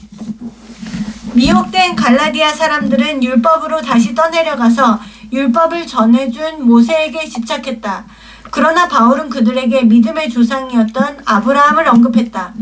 믿음은 하나님의 본래의 경륜에 속한 것이었고 율법은 범죄 때문에 나중에 더해진 것이었다. 네. 그러니까 갈라디아 사람들은 모세에게 집착했죠. 그래서 율법을 귀히 여겼습니다. 그렇지만 바울은 지금 믿음의 조상 아브라함을 언급했습니다. 계속 읽어보면 그리스도께서 죽으심으로 율법을 이루신 후에 하나님은 그분의 백성이 본래의 경륜으로 되돌아오기를 원하셨다. 아브라함에게는 하나님의 경륜이 율법을 지키는 문제가 아니라 하나님을 믿는 문제였다. 네, 하나님의 경륜이 뭐라고요? 율법을 지키는 문제가 아니라는 거죠. 아멘. 하나님을 믿는 문제입니다. 그러니까 다시 말하면 율법 열심히 지킨다고 해서 하나님을 믿는 것이 아니에요. 그러니까 이게 다른 거예요. 우리가 예를 들어 지금에 적용해 본다면 우리가 집회를 열심히 참석하고 봉사를 열심히 한다고 믿음이 좋다는 것이 아닙니다. 물론 집회를 참석해야 되죠. 봉사도 하고 많은 활동을 해야 합니다. 그렇지만 그것을 한다고 해서 이 사람의 믿음이 좋은 것은 또 아니에요. 네. 그러니까 외적인 활동이, 외적인 어떤 많은 봉사와 많은 어떤 것들이 우리를 온전하게 할 수 없다는 겁니다. 뭐가 온전하게 할 수 있느냐 하면 내적인 믿음입니다. 내적으로 그분을 접촉해야 돼요. 네, 우리가 내적으로 주님을 접촉하면서 이 모든 것들을 해야 되죠. 집회에 참석하고 성경도 읽고 봉사도 하고 그 모든 것들은 다 내적으로 주님을 접촉하고 주님을 누리면서 주님의 은혜로 이 모든 것들을 해야 합니다. 자, 그 다음 7절입니다. 그러므로 믿음에서 난 사람들이 아브라함의 자손이라는 것을 알아야 합니다. 자, 믿음에서 난 사람들이 누구라고요? 아브라함의 자손. 아브라함의 자손이라는 거죠. 믿음에서 난 사람들이 율법의 행위에서 난 사람들이 아니라 믿음에서 난 사람들이 아브라함의 자손이라는 겁니다. 8절. 또 하나님께서 믿음을 근거로 이방인들을 의롭다 하실 것을 성경이 미리 알고서 먼저 아브라함에게 복음을 전하였습니다. 모든 민족이 내 안에서 복을 받을 것이다. 자, 하나님께서 믿음을 근거로 이방인들을 의롭다 한다. 자, 그러니까 율법을 근거로 의롭다 한다는 말이 아니죠. 믿음을 근거로 의롭다 한다는 겁니다. 이방인들을. 그러니까 우리가 이방인입니다. 유대인이 아니죠. 자, 우리는 어떻게 의롭다를 받았죠? 믿음. 예, 예수 그리스도를 믿음으로 의롭다를 받은 거예요. 율법을 지킴으로 의롭다를 받은 것이 아니라. 그리고 우리 많은 선한 일을 했다고 하나님 우리를 의롭다 하나요? 아니에요. 예수 그리스도를 믿느냐 믿지 않느냐에 따라서 하나님은 우리를 의롭다고 하시든지 불의하시다고 하시든지 하는 겁니다. 9절. 그러므로 믿음에서 난 사람들은 믿음이 있는 아브라함과 함께 복을 얻습니다. 율법의 행위에 의존하는 사람들은 다 어디 아래 있다고요? 다 저주 아래 있습니다. 왜냐하면 성경에 율법책에 기록된 대로 모든 것을 계속해서 행하지 않는 사람마다 저주를 받습니다. 라고 기록되어 있기 때문입니다. 아멘. 자, 율법의 행위에 의존하는 사람들은 다 저주 아래 있다. 자, 겉으로 볼 때 우리가 율법을 지키는 율법 준행자들을 보면 이들이 다 좋아 보이죠. 다 하나님의 어떤 축복 아래 있는 것처럼 보입니다. 그렇지만 바울은 뭐라고 말하고 있죠? 저주 아래 있다. 저주 아래 있다고 말하는 거예요. 왜냐하면 율법의 행위를 누가 하죠? 육체가 하는 거죠. 우리 육체의 노력으로 율법을 지키려고 합니다. 그 도둑질하지 않으려고 하고 그 부모를 공경하려고 하고 또 뭐죠? 뭐 하여튼 이러한 것들을 지키려고 하죠. 네, 그러니까 이렇게 하는 것이 좋아 보이지만 이것들은 전부 다 우리를 어디로 이끄느냐면 죽음으로 이끌어요. 그 로마 7장에 나오죠. 볼까요? 로마 7장. 로마 7장이 굉장히 중요한데 율법을 이해하는데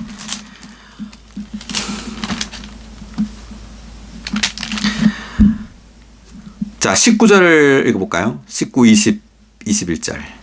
나는 내가 원하는 선은 행하지 않고 오히려 내가 원하지 않는 악을 계속 행하고 있습니다. 만일 내가 원하지 않는 것을 행한다면 그것을 행하는 자는 더 이상 내가 아니라 내 안에 거하는 죄입니다. 그러므로 내가 한 법을 발견하게 됩니다.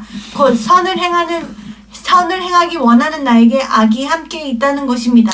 선을 행하기 원하죠. 모든 사람은 선을 행하기 원합니다. 선을 행하기 원하는데 내가 원하는 것은 내가 행하는 건 또 뭐예요? 악을 행하고 있죠. 왜냐하면 내 안에 악이 함께 있다. 즉 내 육체 안에 죄가 있다는 거죠. 이 죄의 힘이 훨씬 강하다는 겁니다. 자, 이것이 나로 하여금 오히려 선을 행하지 못하게 하고 오히려 악을 행하게 한다는 거예요. 그래서 우리의 노력으로 선을 행하려고 하는 사람들은 다 저주 아래 있게 되는 겁니다. 다 죽음 안으로 들어가는 거예요. 죽음 아래 있게 된다는 말이죠. 그 다음 11절 11절. 그러므로 하나님 앞에서는 아무도 율법으로 의롭게 될 수 없다는 것이 분명합니다. 왜냐하면 의인은 믿음으로 생명을 얻고 살 것이다 라고 하였기 때문입니다. 자, 11절 다시 한번 읽어볼까요? 하나님 앞에서는 아무도 율법으로 의롭게 될 수 없다는 것이 분명합니다. 왜냐하면 의인은 믿음으로 생명을 얻고 살 것이다 라고 하였기 때문입니다. 의인은 무엇으로 생명을 얻는다고요? 믿음으로. 예, 믿음으로 생명을 얻는다는 거죠. 율법의 행함으로 생명을 얻는 것이 아니라 믿음으로. 믿음으로 생명을 얻고 살 것이다. 라고 하였기 때문입니다. 라고 바로 말합니다. 자, 12절. 그러나 율법은 믿음에서 난 것이 아닙니다. 오히려 율법을 지키는 사람은 율법으로 말미암아 살 것이다. 라고 하였습니다. 율법은 믿음에 속하지 않았다는 말입니다. 그러니까 율법을 지키는 사람은 율법으로 말미암아 산다라는 말은 계속해서 율법을 지켜야 한단 말이죠. 그러니까 10계명 중에 우리가 9개의 계명을 다 지켜도 하나의 계명을 어기면 어떻게 되죠? 죽는 거예요. 네. 자, 그래서 어떻게 됐냐면 13절에 보면 그리스도께서 우리를 위하여 저주가 되셔서 우리를 율법의 저주에서 구속하셨습니다. 왜냐하면 성경에 나무에 달린 사람마다 저주받은 사람입니다. 라고 기록되어 있기 때문입니다. 자, 그리스도께서 우리를 위하여 저주가 되셨다. 왜? 자, 우리가 율법을 못 지키죠. 자, 못 지키니까 저주를 우리가 받아야 돼요. 구약에 따르면 율법을 못 지키면 다 죽어야 되죠. 근데 누가 죽었습니까, 지금? 그리스도. 예수 그리스도께서 십자가에 죽으셨어요. 예, 그리스도는 죄가 없는데 왜 죽었느냐? 우리를 대신해 죽은 겁니다. 대속하는 죽음이에요. 그리스도께서 우리를 위하여 저주가 되셨다. 우리를 위하여 십자가를 박혀 죽었단 말이죠. 대신 자, 우리를 율법의 저주에서 구속했다. 자, 율법의 저주. 자, 율법을 지킴으로 인하여 발생하는 죽음입니다. 이게 뭐라고요? 율법을 지킴으로 인해서 발생하는 죽음. 네, 율법을 지킨 그 결과는 곧 저주예요. 죽음입니다. 자, 그래서 율법의 저주라고 바울이 이렇게 썼습니다. 그러니까 우리는 다만 모세의 그 10계명뿐만 아니라요. 선하려고 하는 것, 또 영적이 되려고 하는 것들, 그 모든 우리의 육체의 노력과 어떤 힘, 육체의 어떤 지혜로 하는 그 모든 것들은 다 저주 아래에 있게 되는 겁니다. 아멘. 다 저주예요. 좋아 보이지만 외적으로. 근데 우리가 열심히 막 영적인 활동을 하면 좋아 보이죠. 그렇지만 그것이 만약에 나의 육체의 노력이라면 나를 죽게 하는 겁니다. 나뿐만 아니라 내 주위 사람도 다 죽게 해요. 이 사람이. 왜? 그것을 자기만 그렇게 할 뿐 아니라 다 그것을 요구하죠. 하라고. 다 요구하기 때문에 그 주위에 있는 사람은 다 죽게 만듭니다. 네, 그래서 우리는 율법의 저주 아래 있어서는 안 된단 말이죠. 네. 자, 예를 들어 안식일을 보면은요. 안식일을 안 지키면 죽죠. 자, 안식일을 지키란 말은 뭐예요? 율법을 지키지 말고 그리스도 안에서 안식하란 말입니다. 같은 말이에요. 그러니까 안식일을 지키란 말은 그리스도께서 모든 것을 이루셨기 때문에 그리스도께서 이루신 그 모든 성취 안에서 안식해야 된다는 말입니다. 다만 그리스도를 누려야 돼요. 아멘. 네, 그리스도의 죽음을 누리고 부활을 누리고 그분께 성취하신 그 모든 것을 다만 받아들이면 되는 거죠. 아멘. 그 모든 성취한 그 모든 것들이 다 어디에 있죠? 그 영. 네, 그 영 안에 있습니다. 생명 주시는 영, 이 생명 안에 그리스도께서 성취하신 그 모든 구속과 부활과 승천과 사탄을 못 박은 것과 육체를 못 박은 것과 세상을 못 박은 것과 사탄을 못 박은 것, 그 모든 것들이 다 그 영 안에 포함되어 있습니다. 아멘. 할렐루야. 아멘. 네, 그래서 이 그 영은 모든 것을 포함한 복이에요. 아멘. 아브라함의 이 복이 바로 그 영입니다. 이제 주님은 과정을 거쳐 그 영으로 우리에게 오셨습니다. 아멘. 이 그 영이 바로 복입니다. 할렐루야. 아멘. 자, 그리스도께서 우리를 위하여 저주가 되셔서 우리를 율법의 저주에서 구속하셨습니다. 아멘. 할렐루야. 아멘. 다시 한번 읽어볼까요? 13절. 그리스도께서 우리를 위하여 저주가 되셔서 우리를 율법의 저주에서 구속하셨습니다. 아멘. 우린 더 이상 율법을 지키려고 노력하는 사람이 아니라 다만 그 영을 누리는 사람입니다. 아멘. 할렐루야. 아멘. 다만 믿음으로 그 영이신 그리스도를 누리는 사람입니다. 아멘. 자, 14절입니다. 그것은 아브라함의 복이 그리스도 예수님 안에서 이방인들에게 이르게 하고 또 약속하신 그 영을 우리가 믿음을 통해 받을 수 있도록 하려는 것입니다. 아멘. 다시 한번. 그것은 아브라함의 복이 그리스도 예수님 안에서 이방인들에게 이를 수 있도록, 즉 약속하신 그 영을 우리가 믿음을 통해 받을 수 있도록 하려는 것입니다. 아브라함의 복이란 말이 나왔습니다. 아브라함의 복. 아브라함의 복이 뭘까요? 자, 이것은 구약을 읽어보면 아브라함에게 이제 두 가지 복이 있었다고 할 수 있는데, 하나는 그 아들 이삭입니다. 이삭. 그리고 두 번째는 가나안 땅이에요. 땅을 주기로 했죠. 약속했죠. 근데 아브라함의 그 씨도 이삭도 바로 그리스도를 예표하고요. 또 아브라함에게 주기로 한 그 가나안 땅도 그리스도를 예표합니다. 그러니까 둘 다 그리스도를, 예수 그리스도를 예표하는 거예요. 근데 그 그리스도는 바로 이제 과정을 거쳐 뭐가 됐죠? 생명 주시는 영. 네, life giving spirit, the spirit. 그 영이 되셨습니다. 아멘. 이제 아브라함의 복은 신약에서 그 영입니다. 아멘. 자, 우리는 다만 이 그 영을 받아들여야 합니다. 아멘. 자, 아브라함의 복이 그리스도 예수님 안에서라는 말은 이 아브라함의 복이 바로 그리스도 예수님이라는 뜻이에요. 그리스도 예수가 바로 아브라함의 복이고 아브라함의 복이 바로 그 영이라는 뜻입니다. 아멘. 그리스도 예수님 안에서 이방인들에게 이르게 하고 또 약속하신 그 영을 우리가 믿음을 통해 받을 수 있도록 하려는 것입니다. 아멘. 그래서 이 그 영을 우리가 어떻게 받죠? 믿음을 통해. 네, 믿음을 통해 우리는 그 영을 받고 누립니다. 아멘. 그래서 가나안 땅에 그 구약 신명기 8장에 보면 가나안 땅에 그 모든 풍성이 있죠. 뭐 식물, 동물, 뭐 철, 광석, 이 모든 어떤 풍성, 이러한 것들이 전부 다 그리스도의 풍성을 상징합니다. 네, 이 그리스도의 모든 그 가나안 땅의 풍성은 신약에서 그 영입니다. 할렐루야. 아멘. 자, 15절입니다.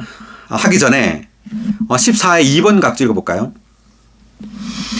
이 절에서 그 영은 하나님께서 모든 민족을 위하여 아브라함에게 약속하신 복이며 또한 그 영은 믿는 이들이 그리스도를 믿음으로써 받은 복이라는 것을 가리킨다. 3장 각주 5에서 언급한 것처럼 그 영은 복합되신 영이시고 사실상 삼일성 안에서 육체되심, 십자가에 못 박히심, 부활, 승천, 강림의 과정을 거치신 하나님 자신이시다. 예, 그 영은 복합되신 영이시고 사실상 삼일성 안에서 육체 되심, 십자가에 못 박히심, 부활, 승천, 강림의 과정을 거치신 하나님 자신이시다. 아멘. 할렐루야. 아멘. 다음. 이러한 과정은 우리가 그분을 생명과 모든 것으로 받아들일 수 있도록 하기 위한 것이다. 이것이 하나님의 복음의 초점이다. 아멘. 할렐루야. 아멘. 네, 계속. 하나님께서 아브라함에게 약속하신 복의 물질적인 방면은 좋은 땅이었으며 그 땅은 모든 것을 포함하신 그리스도의 예표였다. 네, 이 좋은 땅이 바로 그리스도의 예표란 말이죠. 그다음. 그리스도는 결국 모든 것을 포함하신 생명 주시는 영으로 실제화되셨으므로 하나님께서 약속하신 그 영의 복은 아브라함에게 약속하신 땅의 복과 일치한다.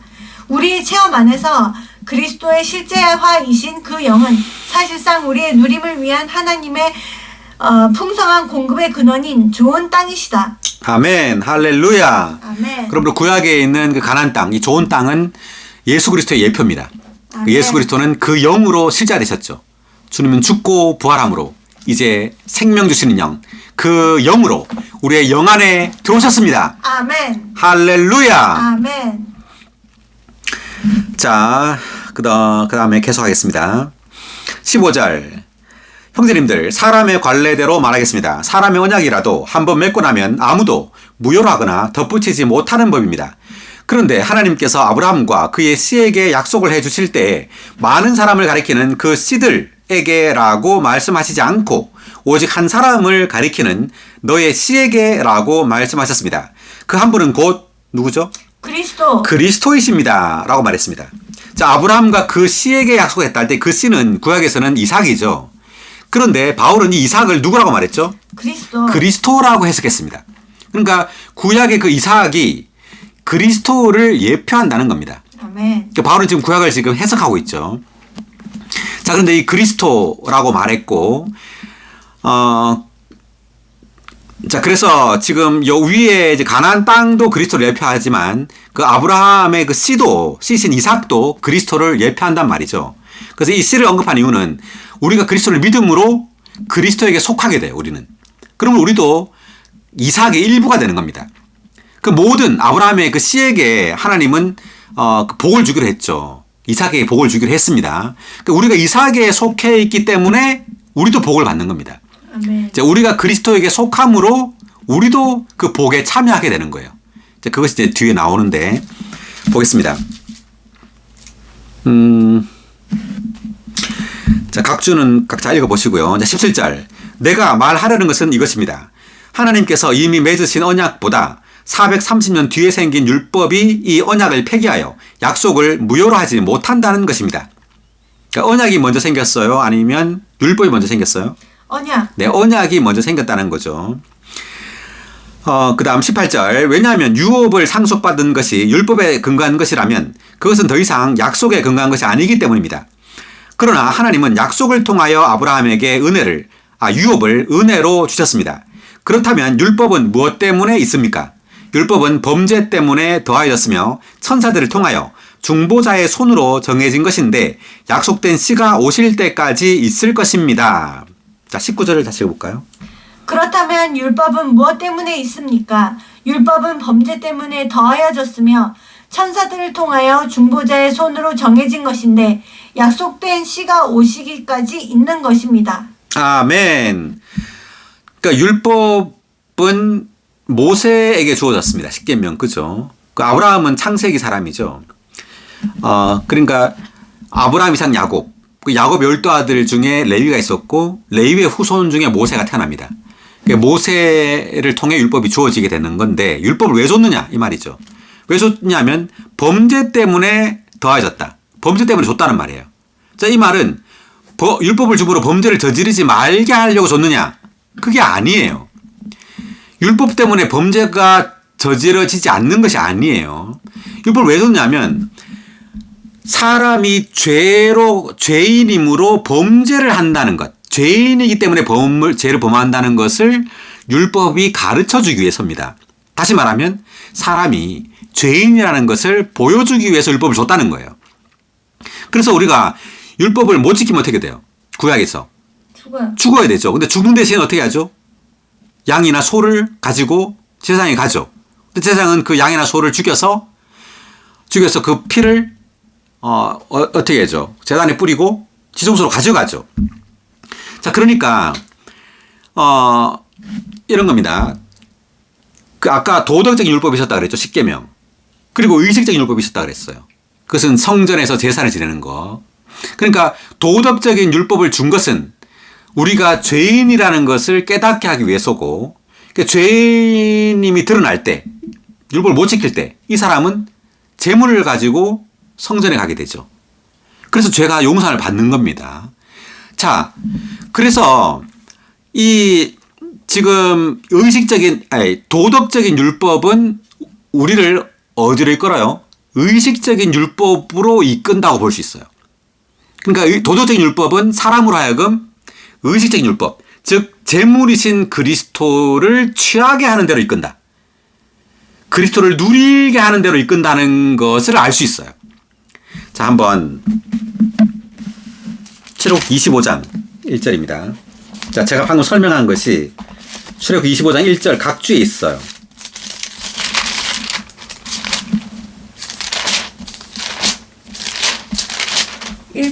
자, 1절, 25장 1절에 각주 그 두 번째 패러그래프, 긴데 패러그래프 보면 하나님은 그분의 율법 가운데 보이나요? 네. 한번 읽어볼까요? 하나님은 그분의 율법 가운데 도덕에 관한 부분인 십계명을 지킴으로써 그분 앞에 의롭게 될 사람이 없다는 것을 아셨다. 네, 보니까 도덕에 관한 부분인 십계명을 지킴으로써라고 나오죠. 지킴으로써 그분 앞에 의롭게 될 사람이 없다는 걸 아셨다는 말이죠. 알고 줬단 말입니다. 그 다음. 그러므로 하나님은 그분의 은혜로 말미암아 그리고 그분의 경륜에 따라 그분의 백성에게 그분의 율법 가운데 의식에 관한 부분을 주셨다. 네, 의식에 관한 율법을 줬다는 거죠. 도덕에 관한 율법, 십계명, 그리고 의식에 관한 율법. 이것은 이제 그 성전에서의 그 제사를 말하는 겁니다. 그다음. 이것은 유죄 판결 받은 죄인들 곧 하나님께서 주신 도덕에 관한 율법을 어긴 사람들이 제사장 체계와 제물들을 통하여 그러한 율법에 따른 유죄 판결에서 구원받아 하나님을 접촉하고 그분 안으로 들어가 그분을 그들의 모든 것으로 누리도록 하시기 위한 것이었다. 예, 여기 나오죠. 그러니까 유죄 판결받은 죄인들, 곧 하나님께서 주신 도덕에 관한 율법을 어긴 사람들이 제사장 체계와 제물들을 통하여 그러한 율법에 따른 유죄 판결에서 구원받는다는 겁니다. 구원받아서 하나님을 접촉하고 그분 안으로 지성소 안으로 들어간다는 거죠. 지성소 안으로 들어가서 하나님과 하나 된다는 겁니다.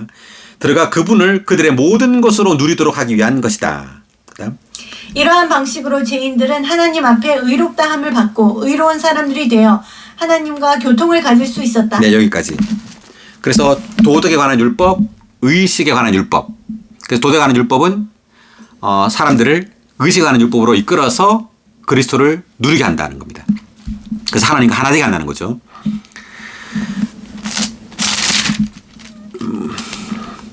자, 19절을 방금 했고요. 자, 19절 보니까 율법은 범죄 때문에 더해졌으며 천사들을 통하여 중보자의 손으로 정해졌다. 이 중보자가 누구일까요?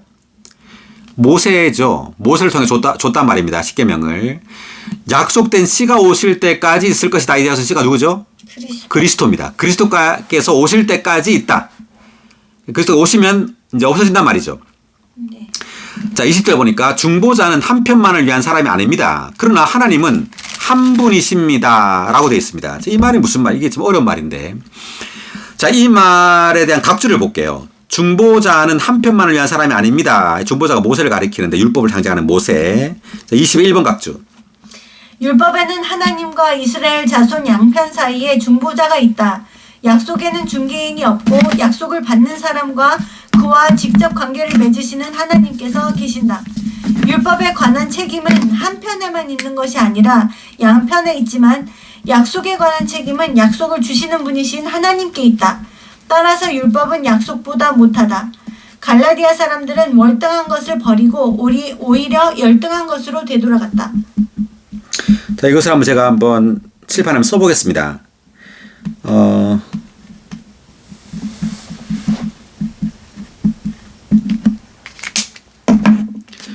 자, 여기 이제 그림을 보면은요.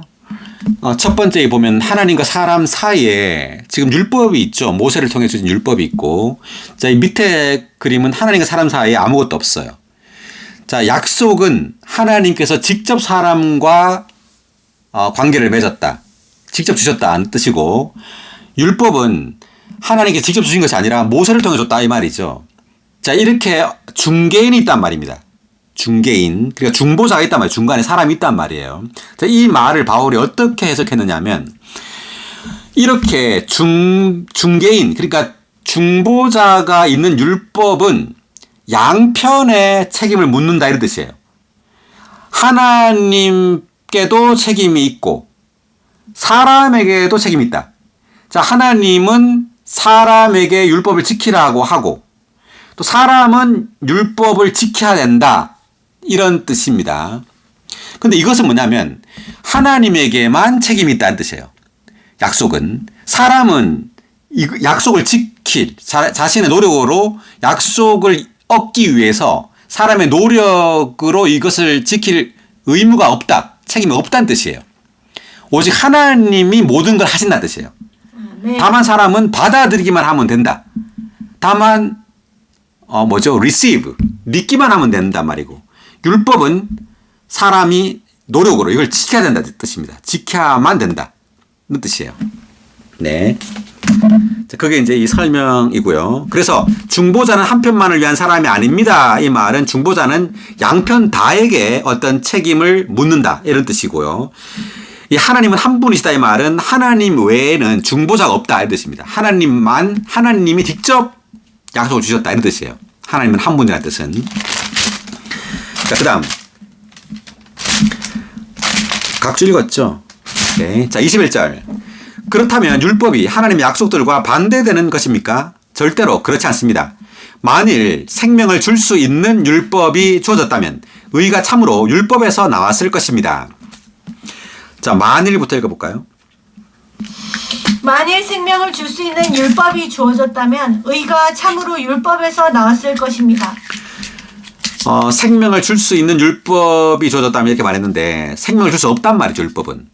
자, 율법은 죽은 문자예요. 생명이 없다는 뜻입니다. 능력이 없어요. 다만 율법 요구만 할 뿐 그 요구를 지킬 수 있는 능력은 주지 못한다 이런 뜻입니다. 그렇지만 그리스도는 아니에요. 그리스도는 그 영을 줬죠. 자, 이 그 영에는 생명이 있다는 뜻이에요. 반대로. 그래서 생명을 줄 수 있는 율법이 주어졌다면 의가 참으로 율법에서 나왔다 이 말은 이 의가 생명과 관련되어 있다는 뜻입니다. 생명의 의란 뜻이에요. 다만 문제의 의가 아니라 이 의가 생명과 관련되어 있고 생명의 의란 뜻입니다. 그래서 하나님께서 얻기를 원하는 사람에게서 얻기를 원하는 의는요 생명의 의예요. 아멘. 문자의 의가 아니라. 자, 그 다음 22절.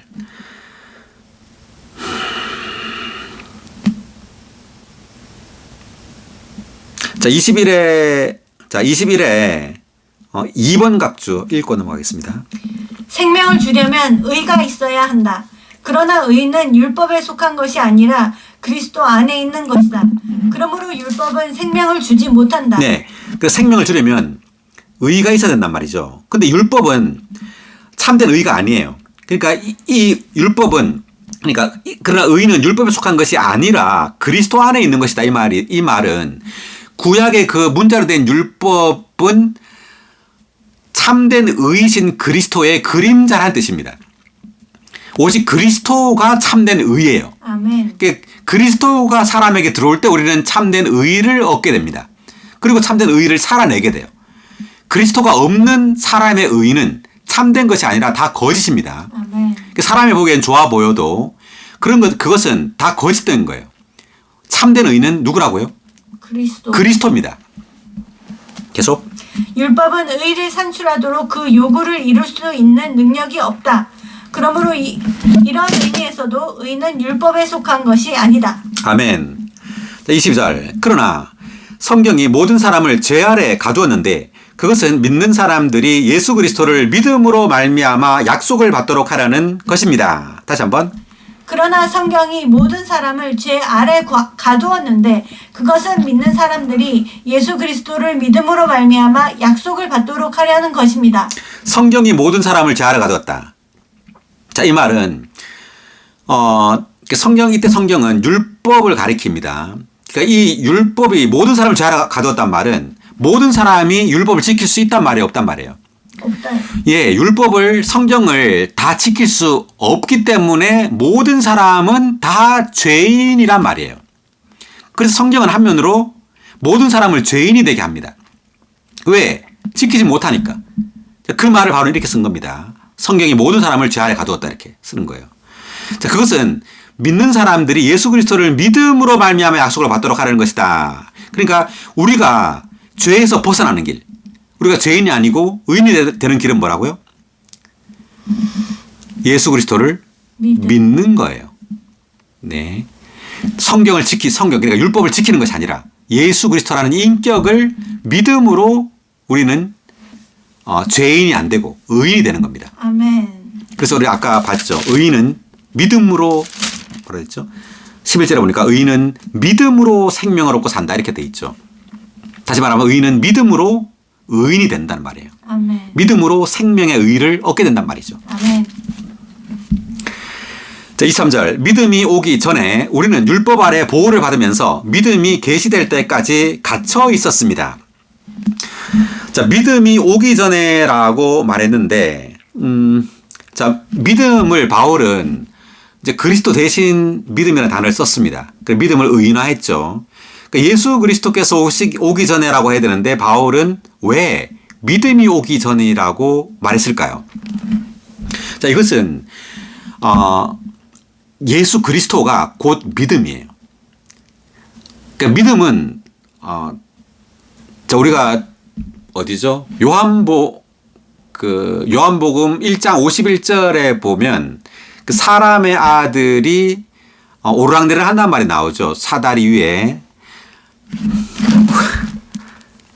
정확한 걸 잘 모르겠는데 요한복음 1장 51절입니다. 내가 진실로 진실로 여러분에게 말합니다. 여러분은 하늘이 열리고 하나님의 천사들이 사람의 아들 위에 오르락내리락 하는 것을 보게 될 것입니다. 네, 사람의 아들 위에 오르락내리락 하는 것을 보게 될 것입니다. 자, 이것은 예수님께서 하신 말씀인데, 자, 이 말씀을 예수님은 창세기 28장이죠. 그 야곱이 꿈을 꾸게 됩니다. 꿈을 꿀 때 사다리가 땅에 섰는데 하늘에 닿았다 이렇게 말하죠. 그걸 지금 예수님이 인용하고 있는 장면인데, 이 사다리를 예수님은 지금 자기 자신에게 지금 이걸 적용하고 있죠. 그 창세기에서는 사다리 위에 오르락내리락 한다고 되어 있는데, 여기 지금 요한복음에서는 사람의 아들 위에 오르락내리락 한다 이렇게 되어 있습니다. 그러므로 이 사다리가 바로 사람의 아들이신 예수 그리스도를 상징하는 겁니다. 그러니까 이 사다리는 하늘과 땅을 연결하죠. 땅에 섰는데 하늘에 닿았다. 그래서 땅은 사람, 하늘은 하나님. 그러니까 하나님과 사람을 연결하는 분이 바로 누구라고요? 예수 그리스도입니다. 그러므로 이 믿음이라는 것은 사다리와 같아요. 믿음은 바로 하나님과 사람을 하나되게 연결하는 겁니다. 아멘. 하나님과 사람을 하나되게 하는 것, 연결하는 것이 바로 믿음이에요. 그래서 믿음이 왔다라는 것은 예수 그리스도가 오심으로 이제 예수 그리스도 안에서 하나님과 사람은 하나 된다는 뜻입니다. 아멘. 할렐루야. 아멘. 예수 그리스도께서 바로 믿음입니다. 아멘. 예수 그리스도께서 바로 사다리이세요. 아멘. 하나님과 사람을 연결하는, 하늘과 땅을 연결하는 사다리이신 믿음이신 예수 그리스도께서 오셨습니다. 아멘. 믿음이 오기 전에 우리는 율법 아래 보호를 받으면서 믿음이 계시될 때까지 율법 아래 갇혀 있었단 말이죠. 그러므로 율법은 우리가 믿음으로 의롭게 되도록 그리스도께서 오실 때까지 어린이 인솔자가 되었습니다. 자, 우리가 믿음으로 의롭게 되도록 이라고 말했었죠. 그러니까 우리가 의로운 행위를 함으로 의롭게 돼요? 아니면 예수를 믿음으로 의롭게 돼요? 예수를 믿음으로. 네. 예수 그리스도를 믿음으로 의롭게 되는 겁니다. 그러므로 그리스도께서 오실 때까지, 즉 믿음이 올 때까지 율법은 어린이 인솔자가 되었다. 즉 어린이 인솔자로서 우리를 어디로 인도한다고요? 그리스도께로 인도한다는 거죠. 인도해서 우리로 하여금 그리스도를 믿게 한다는 뜻입니다. 아멘. 네, 우리 아까 이제 출애굽기 25장 1절 각주를 봤죠. 그 도덕적인 그 율법은 의식적인 율법으로 이끈다. 네, 바로 그거예요. 율법은 우리를 그리스도께로 이끄는 겁니다. 아멘. 율법을 지키지 못하죠. 못하는 우리 자신을 알고 우리는 그리스도께로 돌이켜야 합니다. 아멘. 네, 우리가 죄를 범하고 어떤 잘못을 하고 우리의 약함을 우리가 깨달을 때마다, 체험할 때마다 우리 누구에게로 가야 되죠? 예수 그리스도. 네, 예수 그리스도께로 가는 겁니다. 아멘. 할렐루야. 아멘. 네, 그럴 때 우리는 믿음으로, 예수 그리스도를 믿음으로 우리는 의롭게 됩니다. 자, 그 다음 25절. 그러나 믿음이 온 후로는 우리가 더 이상 어린이 인솔자 아래 있지 않습니다. 자, 믿음이 온 후로. 여기 다시 믿음이 왔다 이렇게 말을 쓰죠. 그리스도가 왔다고 안 하고 믿음이 왔다. 그래서 믿음을 강조하고 있어요. 어떤 행위가 아니라 믿음. 예수 그리스도를 우리의 영 안에서 다만 접촉하는 겁니다. 믿음이 온 후로는 우리가 더 이상 어린이 인솔자 아래 있지 않습니다. 즉 율법 아래 있지 않다는 거죠. 왜냐하면 우리 모두가 그리스도 예수님을 믿음으로 말미암아 뭐가 되었다고요? 하나님의 아들들. 하나님의 아들들이 되었기 때문입니다. 아멘. 할렐루야. 아멘. 네, 우리는 율법을 지킴으로 하나님의 아들이 된 것이 아니라 예수 그리스도를 믿음으로 하나님의 아들들이 되었습니다. 아멘. 예, 예수 그리스도는 첫 번째 하나님의 아들이죠. 맏아들이십니다. 이제 우리는 수많은 하나님의 아들들입니다. 아멘. 할렐루야. 우리는 맏아들이신 예수 그리스도를 믿음으로 이제 우리는 하나님의 많은 아들들이 되었습니다. 아멘. 놀랍습니다. 아멘. 네, 우리는 예수 그리스도를 믿음으로 이제 하나님의 생명을 가진, 하나님의 생명과 본성을 가진 하나님의 아들들이 되었습니다. 아멘. 네, 그 다음에 26절 했고요. 자, 27절. 그리스도 안으로 침례를 받은 여러분 모두는 그리스도로 옷 입은 것입니다. 아멘. 다시 한번. 이것은 그리스도 안으로 침례를 받은 여러분 모두 그리스도로 옷 입었기 때문입니다. 아멘. 26의 2번 각주를 읽고 넘어갈까요? 2번 각주 아들들. 성장하여 노예 보호자의 감호를 벗어나 성년이 된 아들들이다. 구약에서 하나님께서 선택하신 백성은 어린 아기들로 여겨졌다. 이제 신약에서 그들은 약속된 복, 모든 것을 포함하신 그리스도의 영을 상속받게 될 성년이 된 아들들로 여겨진다. 아멘. 모든 것을 포함하신 그리스도의 영. 아멘. 오, 그리스도의 영을 상속받게 될 성년이 된 아들들로 여겨진다. 아멘. 우리는 하나님의 아들들입니다. 아멘. 하나님의 아들들. 아멘. 네, 이렇게 많이 선포해야 합니다. 이렇게. 자, 그 다음 27절. 그리스도 안으로 침례를 받은 여러분 모두는 그리스도로 옷 입었다. 이렇게 말했는데, 자, 그리스도 안으로 침례를 받았다. 자, 이것은 우리가 예수 그리스도를 믿을 때 어떻게 된단 말이에요? 그리스도 안으로 침례 받게 된다는 뜻이에요. 아멘. 우리가 마태복음 28장 19절에 보면 아버지와 아들과 성령의 이름 안으로 침례를 주고라는 말이 나오죠. 그러니까 우리가 예수를 믿을 때 아버지, 아들, 성령의 이름 안으로, 이름이라는 것은 그 존재를 가리킵니다. 아버지, 아들, 성령, 신성한 삼일성 안으로 잠기는 거예요. 아멘. 네, 우리가 오 주 예수님, 주여 주님을 믿습니다. 오 주여 주님을 영접합니다. 라고 말할 때 즉시 우리는 삼위 하나님, 아버지, 아들, 성령의 그 존재 안으로 우리는 잠기게 되고 그 안으로 들어가게 됩니다. 아멘. 그리고 그리스도 안으로, 이 그리스도가 바로 삼위 하나님이죠. 삼위 하나님 전체입니다. 우리는 생명 주시는 영이 되신 이 그리스도 안으로 잠기게 됩니다. 아멘. 그럴 때 여러분 모두는 그리스도로 옷 입은 것입니다. 이때 옷 입었다라는 말을 썼는데 이제 옷이라는 것은 표현을 말하는 거예요. 우리의 어떤 생활, 우리의 생활과 우리의 표현, 말, 행동, 이 모든 것이 옷입니다. 그러니까 그리스도로 옷 입었다는 것은 그리스도가 우리의 생활, 우리의 표현, 바깥에 그리스도가 우리의 말과 행동이란 뜻이에요. 그러니까 우리가 그리스도가 되었다는 뜻입니다. 우리의 표현이 그리스도란 말이죠. 자, 여기 27의 1번 각주 읽어볼까요? 믿는다는 것은 그리스도 안으로 믿어 들어가는 것이고 침례를 받는다는 것은 그리스도 안으로 침례를 받는 것이다. 우리는 믿음과 침례로 말미암아 그리스도 안으로 들어가서 그리스도로 옷 입고 그리스도와 동일시 되었다. 합당하고 참되며 살아있는 방식으로 실행된 침례는 믿는 이들을 신성한 이름인 삼일 하나님의 이름 안으로 넣을 뿐 아니라 살아있는 인격이신 그리스도 안으로, 효능 있는 죽음인 그리스도의 죽음 안으로, 살아있는 유기체인 그리스도의 몸 안으로 넣는다. 네, 이 보니까 합당하고 참되며 살아있는 방식으로 실행된 침례는 믿는 이들을 신성한 이름인 삼일 하나님의 이름 안으로 넣을 뿐 아니라 살아있는 인격인 그리스도 안으로, 그리고 그리스도의 죽음 안으로, 그리스도의 몸 안으로 우리를 넣는다는 거죠. 네, 이것은 믿는 이들이 그리스도뿐 아니라 그리스도의 몸과 유기적으로 연결되도록 하기 위한 것이다. 자, 여기까지 읽고요. 자, 어쨌든 그리스도로 옷 입었다. 이 옷이란 말을 썼는데 우리가 창세기 보면은 아담과 하와가 선악 지식의 나무를 먹고 한 행동이 뭐였죠? 가렸어요. 예, 무엇으로? 이파리. 예, 무화과나무 잎으로 그 앞을 가렸죠. 자, 그런데 주님이 3장 21절에서는 이 무화과나무 잎을 무엇으로 대체했죠? 네, 가죽옷으로 대체했습니다. 가죽옷. 그러니까 무화과나무 잎으로 만든 이 옷은 사람의 어떤 율법의 노력을 가리키는 거예요.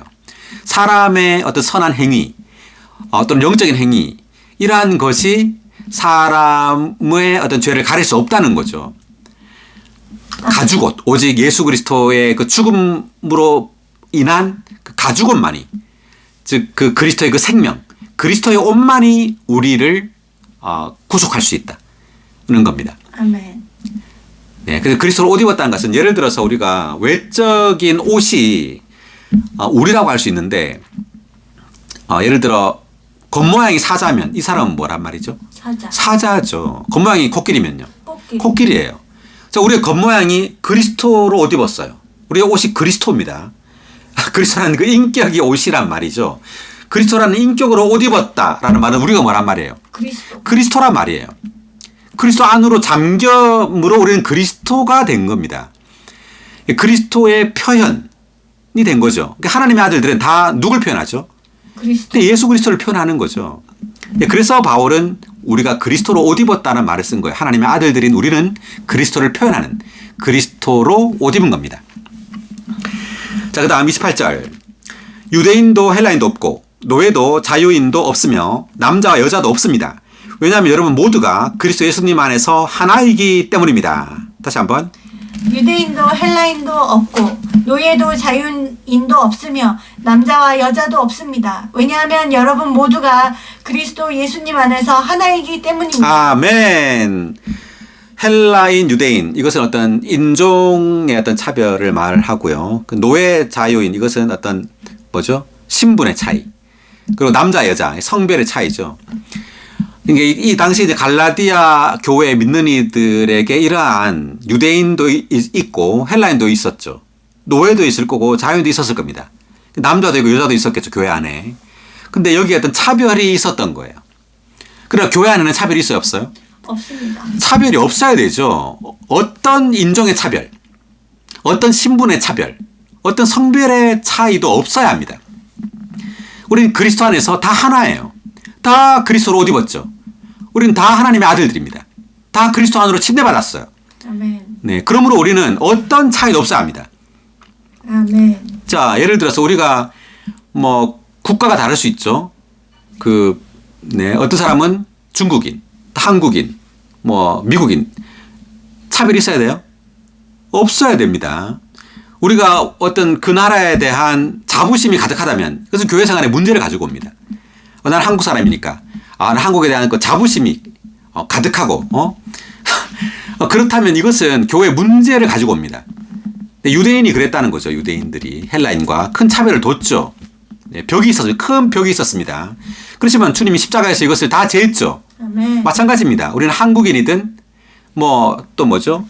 유대인이건 또 어쨌든 자부심, 어떤 자기 나라에 대한 어떤 인종에 대한 어떤 신분에 대한 그런 자부심이 없어야 돼요. 아멘. 교회 안에서.